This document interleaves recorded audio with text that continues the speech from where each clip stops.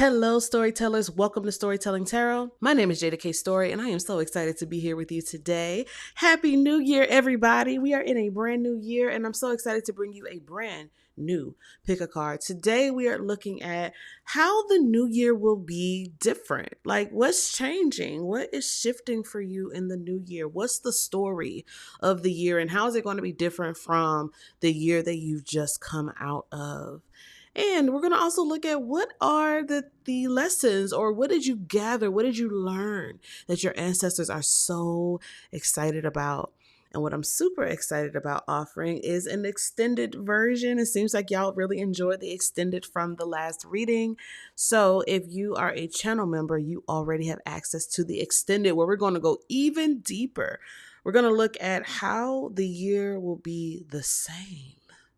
What themes, what motifs, what situations are going to follow you into the new year? And what's the lesson that maybe you didn't learn that your ancestors wish you had and will still be working with you on in the year ahead? So lots of juicy stuff in the extended, but let's go ahead and get into today's reading. How are things going to be different, and what lesson did you learn? So we have 3 chapters to choose from: chapter 1, chapter 2, and chapter 3. Go ahead and choose your deck, whichever one is calling to you. We're going to go ahead and get into the reading. And as always, I say that if more than one is calling out to you, then maybe you have more than one message. And I encourage you to watch as many as you need. All right, y'all, let's get into this reading. Let's see what is going to happen for you in the new year. How is it different? Let's see. Well, hello, my chapter ones. Welcome to your reading. We're looking into how 2025 will be different from 2024. So let's go ahead and get the cards. Let's give them a good shuffle and see what messages we can gather for you. All right. Thank you, spirits, ancestors, and guides, those who walk with me, those who walk with chapter 1. And we ask that you give us the truth. How is 2025. How is 2025 different from 2024? What will be different in the year ahead for chapter 1? All right, so already we have the Lovers. The Lovers. The Castle, which would be the Tower. The High Priestess. The Five of Flags, which would be the Five of Swords. Gonna get a couple more cards. The Hanged One and the Queen of Lanterns, which would be the Queen of Wands there. Okay, and the bottom of that deck was the King of Cups, or the Elder of Chalices. Well, already I can see like what's going to be different. You're going to be able to, your discernment is going to be so much stronger when it comes to the people in your life, when it comes to your dealings, right? Your partnerships, your relationships, your connections. Your discernment around those matters are going to be more turned up. You're not going to be in a rush when it comes to making certain decisions. I think that you're going to be more mindful. You're going to be a little more grounded and more internal. If you're someone who typically like asks for a whole lot of opinions and asks for a lot of people to kind of give you feedback on certain things, it really feels like you're going to be able to make your own decisions, because you are coming now from a place of, one, spiritual alignment and spiritual discernment, and also this creative place. Like, I feel like your creativity is on a high, and I think that you are allowing that to kind of fuel your decision making, and also fuel your insight. I think that you're caring a lot less about what people think about you in the year ahead. I'm even seeing some of you are not going to be running from conflict at all. Like, I think that you're going to be like inviting conflict, or rather I should say welcoming conflict, and not like running when it comes, but allowing yourself to really remain when things get hard in the relationships. It's interesting because with this particular tower card, like usually the tower where there's lightning and all of that, everything's crashing down, but this castle is intact. And so it feels like in the year ahead, the thing that used to make you cut out and run, the thing that used to make you afraid, I think that you're learning how to stay standing. What does the gospel song say? After you've done all you can, you just stand. And I feel like that's what you are doing. It's just standing. Okay, so now let's look at what lesson you learned over the past year that your ancestors are so happy that you learned this.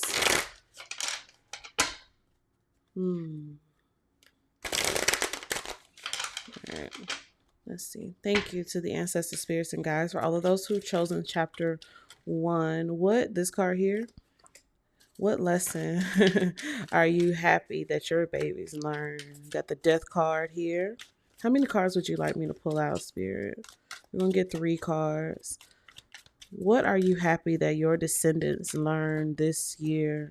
3 of Coins and the 9 of Swords. Look, with the Hanged One being at the bottom, you have the Hanged One now twice. This for how things are going to be different. So let's talk about what is here. The Death card with the 3 of Coins and the 9 of Swords. So the lesson here that they're so happy that you learned. And I love that this, first of all, let's talk about the Hanged One because I love that it's here twice, because this feels like this is what they're trying to get you to master, right? And you're going to experience it. So the Hanged Man can be patience, right? It can be stillness. It can be sacrifice. It can be needing a new perspective. And so what has happened to you, death being the way in which you are open to change, even if it means an end to something. And so the story of death, of change, of transformation into the 3 of Coins, that is that openness, right? The lesson that you learned is that everybody not your people. Everybody not your person. And you are not for everybody. Your gifts are not for everybody. And that might have put you in a place of despair, right? You might have faced your biggest critic, your biggest criticism, your biggest judgments, your biggest, what you might deem as failings. Your ancestors said, no, the point was for you to learn that everything not for everybody. You're not meant to be for everybody. You're meant to be for the ones who are most aligned for you. Whether you are teaching, whether you are learning, whether you are sharing and collaborating, everyone involved must be aligned, must be called to each other. And so they're happy that you learned this. You know this. Like I said, here we saw discernment. We saw you caring less about what people think of you. And so part of it, what you're learning is that you are a leader, that you have something to share unique with the world, unique within your lineage. You're learning about what happens when you go to sleep, that you're doing spiritual work, that you are crafting in the middle of the night, receiving downloads in the middle of the night, in your dreams. And sometimes when you can't sleep, that is exactly the time when creation is supposed to be happening. You got some night hawk spirits. So I'm also hearing this message of you moving with the rhythms of time, you learning how to do that for yourself. You also learned which voices are important to tune into and which ones are important to tune out. My. You also learned the power of collaboration. and knowing how that feels when it's aligned. Like really knowing how it feels when your body says yes and when your body says no. You learn that. And your uh, decisions to join in aren't like encumbered by the fear that you'll be forgotten or overlooked. They're so glad you learned. They're so glad you know that now. That's why you come into the new year as the Queen of Wands. You know what you bring. That's why you come in as the High Priestess, because you now know what you bring. That's why you can show up now in aligned partnerships with the Lovers, because you know what you bring. Huh? That's even why you can stand in the face of the tower and not shrink back. That's why you now invite or welcome conflict, because you're not in conflict with yourself anymore. You know who you are. And so they're so happy that you faced the nighttime hours, the nightmares, the fears, the despair, the anxiety. You face it now. You faced it. So that you can now be in this space. That's powerful. Now, if you want to know what is opening up for you because of the lessons that you learned last year, then make sure you go into the extended reading. We're going to look at what's opening up for you because of the lesson, this important lesson that you learned. We're then going to look at what the ancestors wish you had worked on and what you still need to work on in the year ahead. And then we're going to look at what themes are going to follow you into 2025. In other words, what's going to be the same next year as you grow and shift. If that sounds interesting to you, then go ahead and click on the extended reading and I'll see you over there. Hello, my chapter 2s. Welcome to your reading. We are about to look into how 2025 will be different from 2024. So let's go ahead and shuffle these cards up and see what we have for you. All right, Spirit, for all of those who have chosen chapter 2, can you tell me what's going to be different? How will the year be different for them? Okay. How will the year be different for all of those who've chosen chapter 2? You got 6 of Swords, the Chariot. Okay. Some of y'all are moving and traveling. How is all these cards? Any of these cards? Okay. I said no. All right. Let's get a few more cards out here. How is 2025 going to be different for those who are in chapter 2? How is the year ahead going to be different? 9 of Wands. 9 of Wands. Knight of Pentacles. How's the year going to be different? Oh, okay. 8 of Swords. King of Swords. Okay. Yep. You got us with the 4 swords at the bottom. Okay. 6 of Swords. The Chariot. Ooh, okay. Let's see.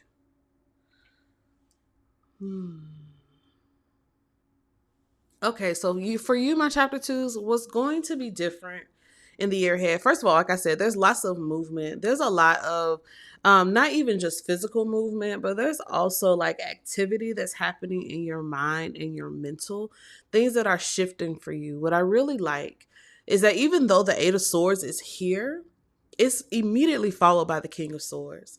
And so for me, that lets me know that you have already determined, like, I think you already know what your self-limiting beliefs are. Some people don't know. They're not familiar. They just feel stuck.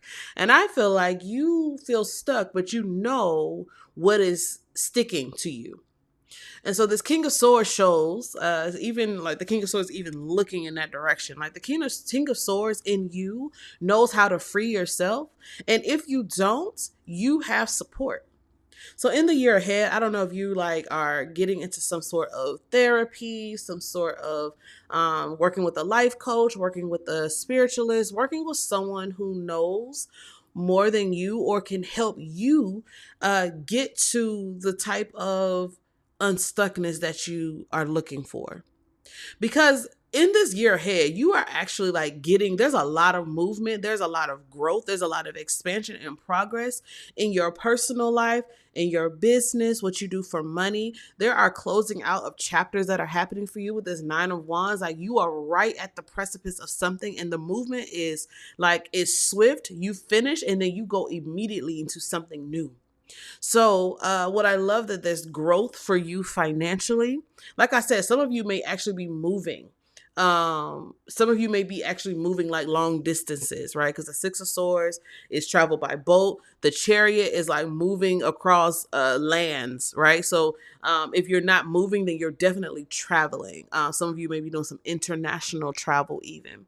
And so that's interesting because it looks like you're staking your claim in a new territory. So I don't know if it's like a new business, there's something that you're doing that's new that maybe you didn't expect. And so as you are staking your claim, as you are kind of making your name for yourself, it feels like it's a new name. So as you're making a new name for yourself in this space, there may be, tendencies for you to kind of feel like bound or unsure or doubt if you made the right decisions, if you're making the right decisions. So Spirit is saying yes, you need to tap back into that King of Swords and get the strategies and the ideas that are necessary for the year ahead, right? So that's how it's going to be different. So I love that for you. I love that for you. And you have this with the Four of Swords at the bottom. So more ease even as you are moving through this. There's lots of healing. There's transitions and changes for you. And I feel like you are handling them with stride. Yeah. Lots of new projects for you as well. And I get that even though the Eight of Swords is here, I feel like it's not stopping you from moving forward. It's not stopping you at all, actually. Yeah. Okay, so your money's growing. Your money's growing. So yeah, it's like you're making money moves. Yeah. It also looks like good health answers when it comes to your health, the areas of health where maybe you felt like gave up or felt like nothing was like moving or shaking. No, there's definitely things moving and shaking in those areas of life. Ashe. All right, so let's see now. What is it that your ancestors, what are they happy? What lesson are they happy you learned this last year? All right. Thank you, ancestors. For those who have chosen chapter 2, what are you happy? What lesson are you happy that they learned this past year, last year? That one. The Hierophant. Five of Coins, and the King of Swords. King of Swords again. Okay. Bottom of the deck being Eight of Coins. You know, that's my card for mastery. So here, it's so interesting. So it really feels like they're just happy that you learned that no matter what happens, right? No matter what Five of Coins situation, whether you don't have no money, whether you don't have no energy, whether you feel like you don't have no time, whether you don't feel like you got the wherewithal, like you are still showing up. You don't give up. That's the thing. You don't give up. Do you see how in this person is like looking into the water and they see these 4 coins and there's like this extra coin at the top. I don't know why, but it just feels like you were able to see opportunities where nobody else could, chapter 2. And so you made use of it. So the Hierophant shows you as a leader, shows you as someone who's trusted, so shows you as someone who is spiritual and utilized your spiritual gifts and technologies. Maybe you used your conjure, maybe you used your magic, maybe you used some spells, your manifestation, your prayers, whatever it was. When you got to a situation where things were hard, you kept going. You just pawed around in the ground to find the answer because you knew there was an answer. And so I love that you, with this, is like you got strategies. When other people were giving up, You, as the King of Swords, you showed up with strategy. So I love already that these cards, the King of Swords is following you. We haven't even gotten to the extended reading where we talk about exactly what is going to follow you into the new year. But I see that this lesson, already the lesson is showing you, you got this, you learned this in this King of Swordsness, and you are taking it into the new year. This is why you can have the movement. This is why, even in the face of what feels like self-defeat and self-sabotage, you can see your way out because you're like, no, I'm not doing that anymore. I don't have to struggle. So I'm going to make $1 out of 15 cents. And that can be in a financial sense, and it can be in any way that fits your story. Some of you dealt with a lot of spiritual questioning, religious questioning, more than just like deconstruction and all of that, but determining what resonates with you. So I think that you learn how to be committed to the call, your call, how to be committed to the vision, your vision, how to be committed to the plan, your plan. That's exciting. All right, my chapter 2s. I hope this was helpful. Now, if you are curious about what is opening up for you as a result of this powerful lesson that you learned, then make sure that you watch the extended version where we're going to look into what's opening up. We're going to also look into the lesson you didn't learn last year and that your ancestors wish you had. And as a result of that, we're then going to look at how 2025 is going to be a lot like 2024. Everything's not different. Everything's not new. Some things are the same. So let's see what those are. All right. We'll see you over there at the extended. Hey, my chapter 3s, welcome to your reading. We are looking at how 2025 will be different from 2024 and what your biggest lesson that your ancestors are so happy you learned. I don't know why, but I got a feeling this reading is going to be real fast. I just have a feeling. So we're going to see.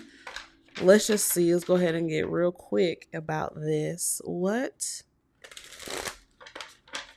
How? Yeah, that's the question. How is 2025 going to be different from 2024 for all of those who chose chapter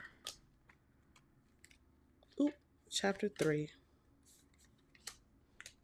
Yeah, I feel like this reading is going to go by real fast. All right, let's see. We have the 8 of Swords, the 2 of Swords, the King of Cups, Temperance, the 8 of Cups, the Empress. Okay. You're going to be way more decisive in the year ahead.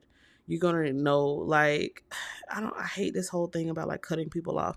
I don't even know if it's so much cutting people off. I just feel like you are actually really caring about what it is that you want now. I think that you're nourishing yourself and the ideas that you have that, like, I feel like you're giving them a chance now. Whereas before, I think you might have second guessed it, weren't quite sure if they were going to work. I feel like you're actually creating the environment so that your ideas can succeed, creating the environment so that your creativity can actually grow now. I'm not saying that it's going to come without doubt. How many of y'all came over from chapter 2?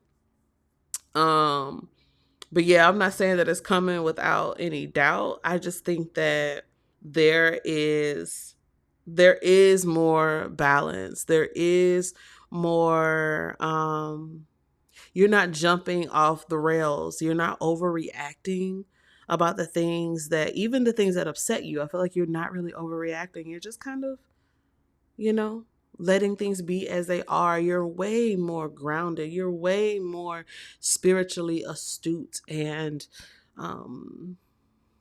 in touch with yourself and your desires even.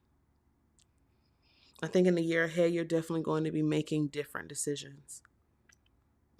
Different decisions like, Tower. You're going to be making the kind of decisions that I think in a previous life they would have, look, I was going to say they might hurt. They might have been decisions that you made that would have hurt. But now I feel like you are the one getting ahead of decisions. Look, speaking of choices, you got the Lovers. So yeah, like, look, and with the Queen of Cups. I mean, this is so cool. Your reading, I told you, I felt like your reading was going to be a little different. And it is. I feel like, yeah, you're making decisions now with ease.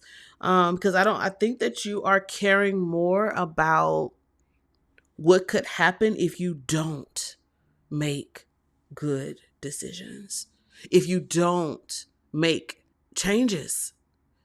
I think that now you're more interested in what could happen when you try, what could happen if you put yourself out there, than the fear of what might happen to you after the risk, after the leap, right? I think that being mundane and boring is something that you're just not interested in. Like, I feel like you want to live life now. I feel like you've already done things that have been hard and have been painful. And I think that that's actually giving you more courage to show up for yourself and to now honor those decisions by doing the quote unquote hard thing. Oof. Yeah. So as a result of that, let's see then what lesson are your ancestors so happy that you learned this year or in 2024? What are they so happy that you learned in 2024? You have the Page of Cups. Yeah, you learn like to move after the center of your joy. Ace of Cups. Yeah. See, child. With the Ace of Coins. Yeah, you betting on yourself now. They are so happy that you actually care about what you want more than what other people want. They are so happy that you are now tending to yourself, that you are now allowing yourself to dream, to imagine, to fantasize, to be happy even. They're so happy because now you're at a very special place in your life, chapter 3, where you can begin to have the experiences that you used to dream about. And that's what we see here. That's what we see you doing in 2025. Huh? Ooh, child. I told you, I feel like this is going to be a really quick reading. But we're not done. If you want to know now what the ancestors are saying you will have opened for you, what's opening up for you as a result of this powerful lesson, then go ahead and check out the extended. We're going to look at what that is, what's opening up because of this lesson that you learned. And then we're going to look into what you didn't quite master in the year, last year, so that you can kind of know what to work on in the year ahead. And then we're going to look at, we started with how 2025 will be different. We're going to close out the extended reading with how things are going to stay the same. What's following you into 2025, good, bad, or indifferent? If that's interesting to you, then go ahead and join me over at the extended reading, and I'll see you over there. Until then, we'll see you in the next reading.